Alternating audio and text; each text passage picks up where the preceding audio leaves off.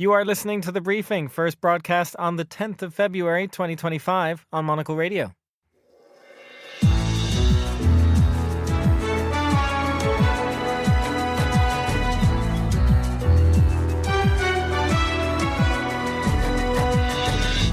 Hello and welcome to The Briefing, broadcasting live from Studio One here at Midori House in London. I'm Chris Chermak.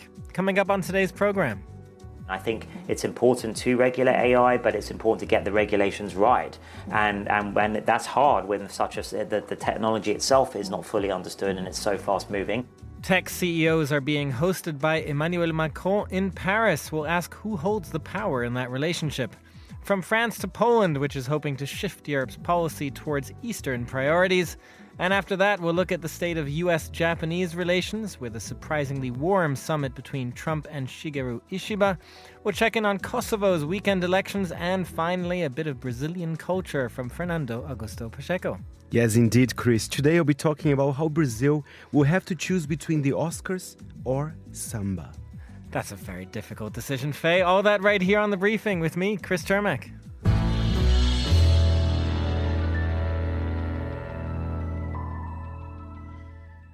For the next few months, Poland has the chance to put its imprint on the European Union by holding the rotating 6-month presidency of the European Council. And as part of that, these last few days have seen the European Commission's President Ursula von der Leyen travel to Gdansk in northern Poland for meetings with Poland's Prime Minister Donald Tusk and others.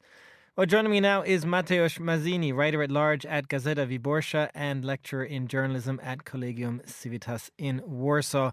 Mateusz, first of all, perhaps von der Leyen and Donald Tusk had a press conference. They met for a while here. They don't necessarily see eye to eye on everything, but let's maybe start with where they agree. Defense. Well, it seems to be the case that almost all issues touching upon European politics right now are being framed in terms of discourse, primarily in terms of security right now. That's something that Donald Tusk has been doing continuously since he returned to power here in Poland as prime minister. And for all intents and purposes, it really seems to be an electoral strategy, a political strategy, if you please, that really pays off. So the topics that were mentioned during that press conference in the aftermath of the two-day meeting in Gdańsk were migration, energy security, energy sovereignty, and the position of the European Union as a global player vis-a-vis especially the turmoil and the chaos that's coming out of the White House right now. And it really seems to be the case right now that both migration and energy are issues that take on primarily a security and defense narrative. So Donald Tusk spoke, for instance, quite extensively about how inefficient a tool the European Migration Pact is in terms of securing Europe from illegal migration. He said this is insufficient. This doesn't really limit the number of people illegally entering the territory of European Union member states. And he celebrated the fact that Poland will be very much exempt from the duties stemming from the Migration Pact, primarily because of the fact that at different stages following the full-scale invasion of Russia into Ukraine, it has accepted over 2 million Ukrainian refugees altogether, so it will not be forced to take part in relocation initiatives touching upon migrants from other places. Mateusz, what did you get the sense was Brussels was von der Leyen's response to all of that while she was in Poland? Because this is, on the one hand, as you say, this is a topic where perhaps Poland is getting some leeway because of the role it plays in Ukraine. But migration is a tough issue where von der Leyen is trying to keep the European Union together on this, and Poland is not necessarily helping. Well, you're right, it isn't. But I think even the bigger challenge is to be found not just in migration, but also in energy security and the future of the Green Deal, because Donald Tusk, being an ever more influential person within the European Union, not just because he's the prime minister of the country that currently holds the rotating presidency in the European Union, but also he's very much in the mainstream of European politics right now. He was the head of the European People's Party. He knows Ursula von der Leyen very well, and he speaks the language of many kind of center to the right or straightforward right-wing politicians that are leaders in Europe. And he said, we need to make sure that we introduce regulations that do not elevate the prices of electricity and energy across Europe, which seems to be the argument that gets repeated over and over again. Ursula von der Leyen tried to counterbalance Donald Tusk's remarks by saying we are still committed to net neutrality. We are still committed as a European Union to achieve our climate goals by 2050. But these two realities are clashing. They don't seem to be able to coexist in any way, shape, or form. It's either we go back to different forms of fossil fuels and we lower the energy prices, or we push forward with the green agenda. It's very much one or the other. And given the fact that Poland is playing an increasingly bigger role in Europe, that we have a growing number of openly anti-European and anti-Green Deal governments in Europe in various member states, it almost feels like wishful thinking on behalf of von der Leyen that she will be able to push through with an unreformed green agenda for the next term in the European Commission.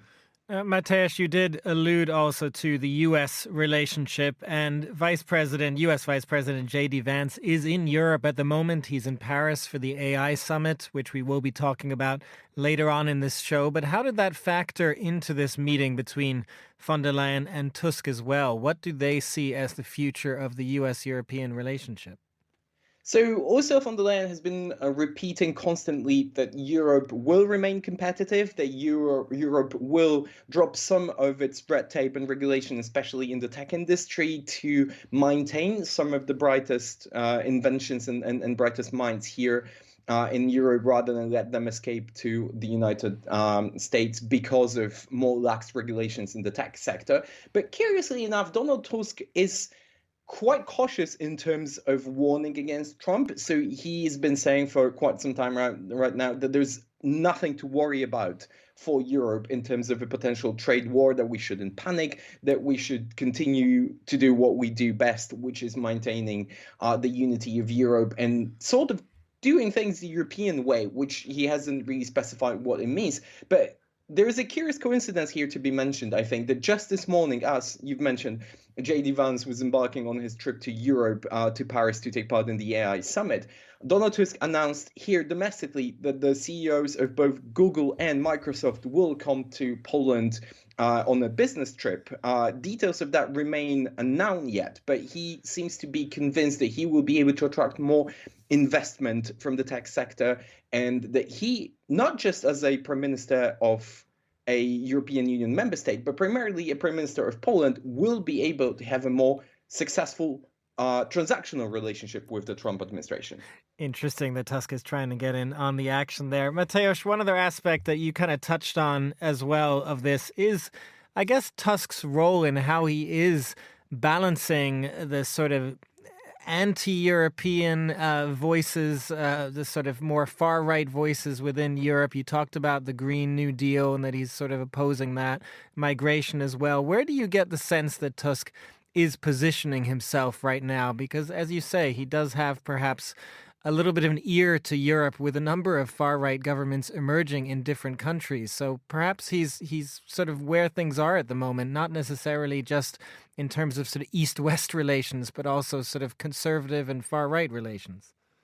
Oh, absolutely. I actually don't think that ever in the history of the almost 21 years of Poland's membership in the European Union has there ever been a Polish politician more influential in Europe than Donald Tusk right now. And if you actually go through most of his political career, if you analyze his positions, he's never been a particularly progressive politician. Even when he was still the head of the European Council, he was quite critical towards Angela Merkel's Willkommenspolitik, which is so heavily criticized in Germany and other parts of Europe right now. So his turn to be more conservative and to weaponize migration or to change the narrative over migration into a more security and defense one isn't really a turn, if you please. It's something that he's been preaching for quite some time, but maybe not as loudly as the previous Polish government, the one of Law and Justice, the nationalist populist cabinet. So back in September, very quickly to remind everybody, when Donald Tusk here in Poland domestically announced that Poland will introduce a provision that would grant the government the right to temporarily suspend the procedure to grant asylum for illegal migrants crossing in, especially from Belarus. Soon after that, he got heavily criticized for that here in Poland, but soon after that, he traveled on a European summit to Brussels and got a lot of praise for that. His inventions, if you please, entered the mainstream of European migration strategy. And upon returning from Brussels, he said, I got what I wanted because my ambition was to turn that Polish solution, that Polish provision, into the European norms and into the European mainstream. So I think he's very much where the center of gravity of European politics lies right now. Mateusz Mazzini of Gazeta Wyborcza in Poland. Thank you very much for joining us. And now here's Anita Riota with the day's other news headlines. Thanks, Chris. Donald Trump says he will impose 25% tariffs on all steel and aluminum imports into the U.S., including those from Canada and Mexico. Share prices in steelmakers in Asia were mostly down on Monday, apart from those with operations in the U.S. The European Commission said it had not yet received official notification over new incoming trade measures. Ecuador will choose its next president in a runoff election after no candidate garnered enough votes on Sunday. The contest will be a repeat of the October 2023 snap election that earned conservative incumbent Daniel Noboa a 16-month presidency. The runoff election is set for April 13th. Over 100 people have been stranded in 2 hotels in a hot spring area in Fukushima, northeastern Japan. Fukushima Prefecture is one of many areas of Japan that have been hit by heavy snowfall since last week. JR East rail service has now resumed on the Shinkansen line that had been suspended due to the derailment of a snow removal vehicle. Those are the day's headlines. Back to you, Chris. Thanks very much, Anita. To Kosovo now, which held elections over the weekend that were something of a punishment for the incumbent government of Prime Minister Albin Kurti, because while his own alliance did emerge as the strongest, it will have to form a governing coalition this time around. And the question for outsiders, of course, is whether this will have any impact on Kosovo's continuing push for independence and challenging relations with neighboring Serbia. Well, here to help us answer those questions is Guy Delany, Monocle's man in the Balkans. Guy, what did you make of the results? Well, I think it's more or less as we expected, which is that Albin Kurti's party, Self-Determination, known locally as Vetëvendosja, is the largest party and will be the largest party in the new National Assembly, polled just over 40% of the vote, but that's down significantly from last time round. As you mentioned, last time round they got just over 50%, and that meant that pretty much they could do as they pleased in government. This time round, that's not going to be possible. And we can talk in a moment about, what the options are for Albin Kurti, because he's painted himself into a bit of a corner. But I think what you're seeing here really is the fact that it was always going to be a case of the only way is down for Albin Kurti and his party. I mean, the result that he got in 2021 was quite astounding. It was the largest victory that any party had achieved in Kosovo since Kosovo unilaterally declared its independence from Serbia in 2008. It was not so much a ringing endorsement of Mr. Kurti and his party as a condemnation by the voters of the parties that had been in power until that point, who were mostly made up of former members of the Kosovo Liberation Army who promised prosperity to the country, but seemed only good at spreading out prosperity among themselves, shall we say. Well, and if, as you suggest, then the only way was down, what does that mean going forward? I suppose it suggests then that voters wanted some form of checks and balances here. What will the potential options that Kurti now has to look at bring to that? And this is why I mentioned he's painted himself into a corner, because before the election, and indeed on election night, he insisted that he would not form a coalition with any of the opposition parties. Now, when we look at the way the Kosovo's election system works, you need to get at least 5% of the vote in order to gain seats in the National Assembly. There are 120 seats. Only 4 parties pass that threshold, Mr. Kurti's being one of them, and the other 3 being, funnily enough, the main opposition parties. So what's he going to do? Well, there's 10 seats guaranteed for the Serb minority, another 10 seats guaranteed for the other minority groups in Kosovo. He's not going to get an alliance with the Serbs, I can promise you that.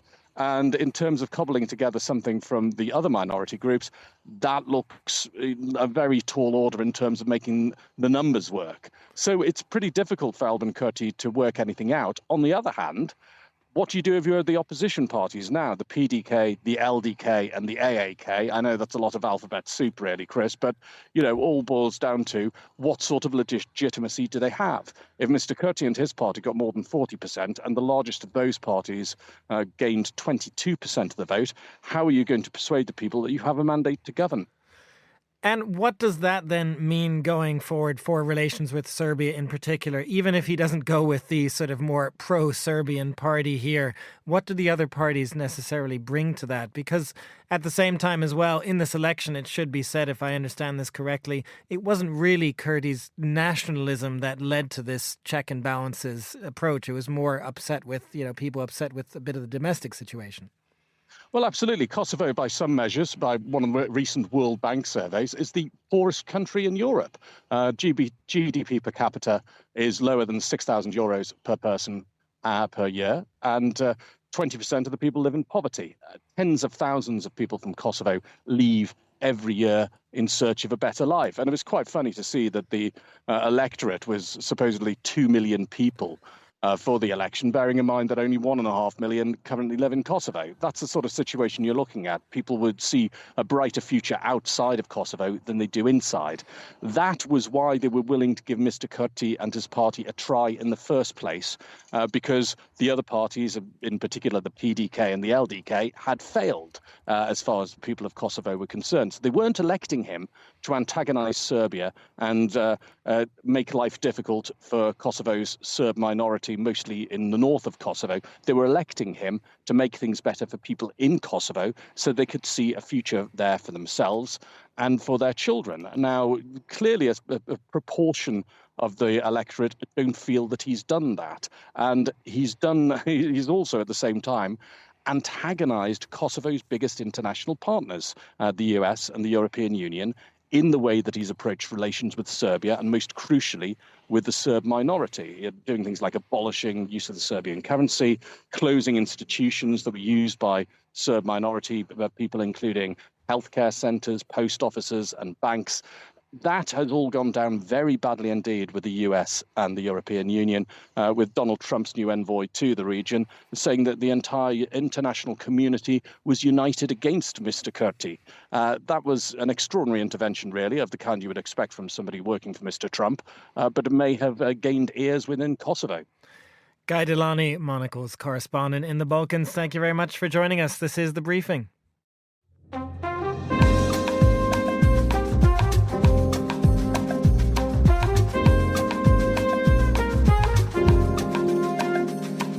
You are back with The Briefing on Monocle Radio. I'm Chris Chermak. Japan's Prime Minister Shigeru Ishiba has been in a tough spot ever since elections last year forced his party to lead a minority government, but it does seem like a meeting with U.S. President Donald Trump, of all people, may have helped revive his fortunes.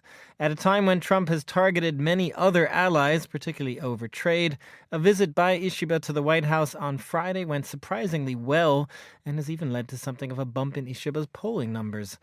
Well, joining me now from Tokyo is Jeffrey Hall, lecturer at Japan's Kanda University of International Studies. Jeffrey, thanks very much for coming on the show. Let's start with how Friday's summit went down in Japan over the weekend. Sure. Thanks for having me on the show, Chris. This summit was widely expected for weeks, for months even, to be Ishiba's biggest test as a leader. Ishiba was expected by a lot of the media, by a lot of the people in his own party, to fumble if he was going to meet Trump. He's not really a charismatic leader. He's someone who's been seen as bookish, a bit of a geeky guy. He likes making model airplanes, model ships, reading books, talking like a college professor. So he was really the opposite personality of someone like Trump. So going into this meeting, a lot of people were very pessimistic and the bar was very low. And they all kind of expected that Trump would bully him and take advantage of him, but that doesn't seem to have happened. And what do we put that down to, Jeffrey? Because it is so fascinating, this personal relationship, isn't it? Because one wouldn't have necessarily expected back in 2016 that Shinzo Abe, the former Japanese prime minister, would have such a good relationship with Donald Trump either. What is it about this relationship that's working? Well, I would say that there are two aspects to this. The first is that Japan and the US have a very important relationship from a security standpoint against China. And no matter who is the leader of Japan, if they are conservative and they share America's views on building up defenses and balancing against China, there's a good chance that they will get along with America, even if they have someone like Trump as president. But Trump is much more unpredictable than other American presidents. So in this case, Ishiba, the second point I would bring up is that he and the Japanese government have been preparing for years on the government side. For him, the last few months in his free time, they've been holding what were called study sessions, where they would bring in a dozen, maybe 24 members of various government ministries. They would bring binders of information, and they would try to bring up various topics that maybe Trump would mention in a conversation and try to train Mr. Ishiba into simplifying his answers, and most of all, not reacting in a negative way that might turn off Trump or make Trump see Japan as an adversary.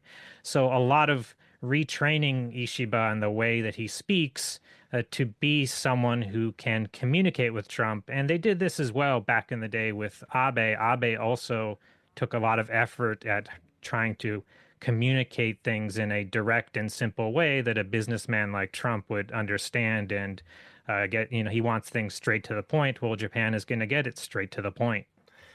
Now, in those binders that you're mentioning, Jeffrey, the biggest issue most likely was Nippon Steel's takeover of U.S. Steel, proposed takeover, which Joe Biden already halted.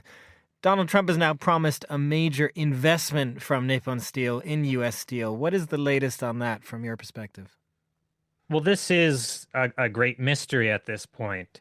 As you said, Biden basically killed this deal for a Japanese steel company to buy this iconic American steel brand, U.S. Steel.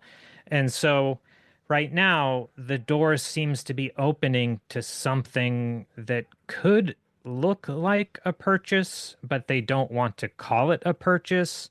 The details haven't been really released. Trump has said that he doesn't want a foreign company to have a majority stakeholding in this, stockholding in this company, but still, they aren't releasing the details yet. And if this can be spun as reversing a mistake that was made by President Biden, maybe Trump's supporters would be more receptive to a de facto Japanese takeover of this company, which would bring in a lot of investment and a lot of new jobs in this steel company. Jeffrey Hall, lecturer at Japan's Kanda University. Thank you very much for joining us. This is The Briefing. Tune in to Monocle on Culture, where we grill our panel of critics to get the inside line on the best in the world of film, music, art, literature, and more. It's just got this synth section that kind of makes you want to swing through the saloon doors straight to the dance floor. With industry insiders and the odd bit of reportage too, it's bound to keep the most discerning of culture vultures very well fed. Why'd You Come In Here Looking Like That is a song that is absolutely going to make you want to put on a pair of tight jeans and go boot scooting. Monocle on Culture, premiering Mondays at 2000 London time and available thereafter wherever you get your podcasts.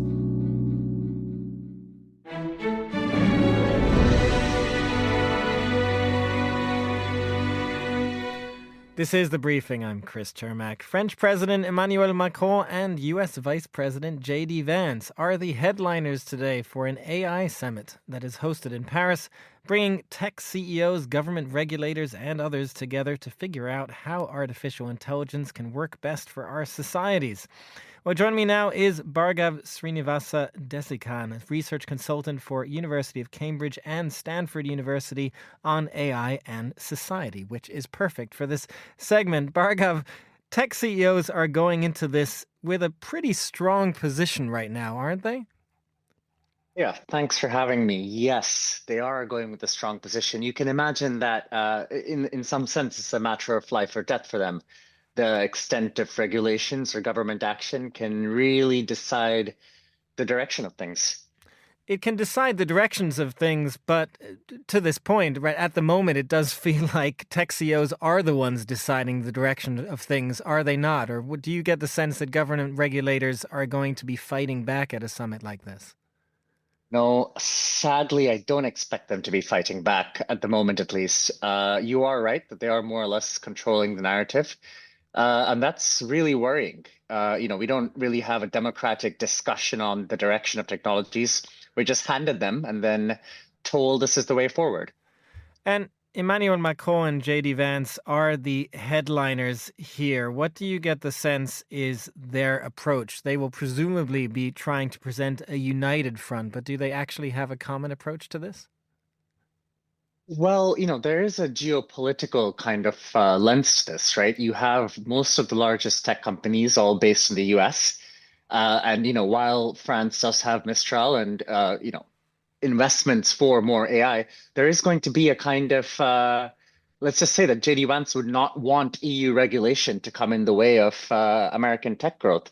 So as much as they're going to have a common, they both want growth or they both want innovation, there is going to be a subtler geopolitics at play here as well. Well, geopolitics, but also to that point of competitiveness. What is your sense from both sides, I guess? Because on the other hand, you could argue that JD Vance might be quite happy if European regulators sort of stop innovation in Europe compared to the US. Is there a sense in Europe too right now, as a result of that, I guess, that they can't go too strong on the regulation front? Yeah, they're always scared of falling behind Silicon Valley. But, even if Sam Altman, for example, he's looking towards Germany as a massive market for OpenAI and ChatGPT. So, they can't be limited to thinking about just the US. EU regulation does have an impact on American-based tech companies, as we saw with GDPR and social media. So it can be quite fraught in terms of the U.S. is quite clear by getting rid of the AI Safety Institute and a lot of what Biden set up. They're quite clear with the direction they want to go in. So I would imagine they're feeling quite bullish. They are, and I do wonder, just finally, from that perspective, when it comes to the tech CEOs themselves, also just fascinating because there was a time where they were the ones calling for regulation. They were asking for regulation from governments. Are we still hearing that? Not as much. My kind of probably slightly cynical take is that the first step of making people sit up and listen is that this is a really dangerous technology. And then once you have people convinced that this is a powerful and dangerous technology, you kind of, set the playing ground for, while there's all these bad things, there's all these great things that can happen as well. So, of course, we do need safe AI. That's very important. But you can see that the narratives have changed. We don't really hear much talk about that now. Bhargav Srinivasa Desikan, thank you very much for joining us. You're listening to The Briefing on Monocle Radio.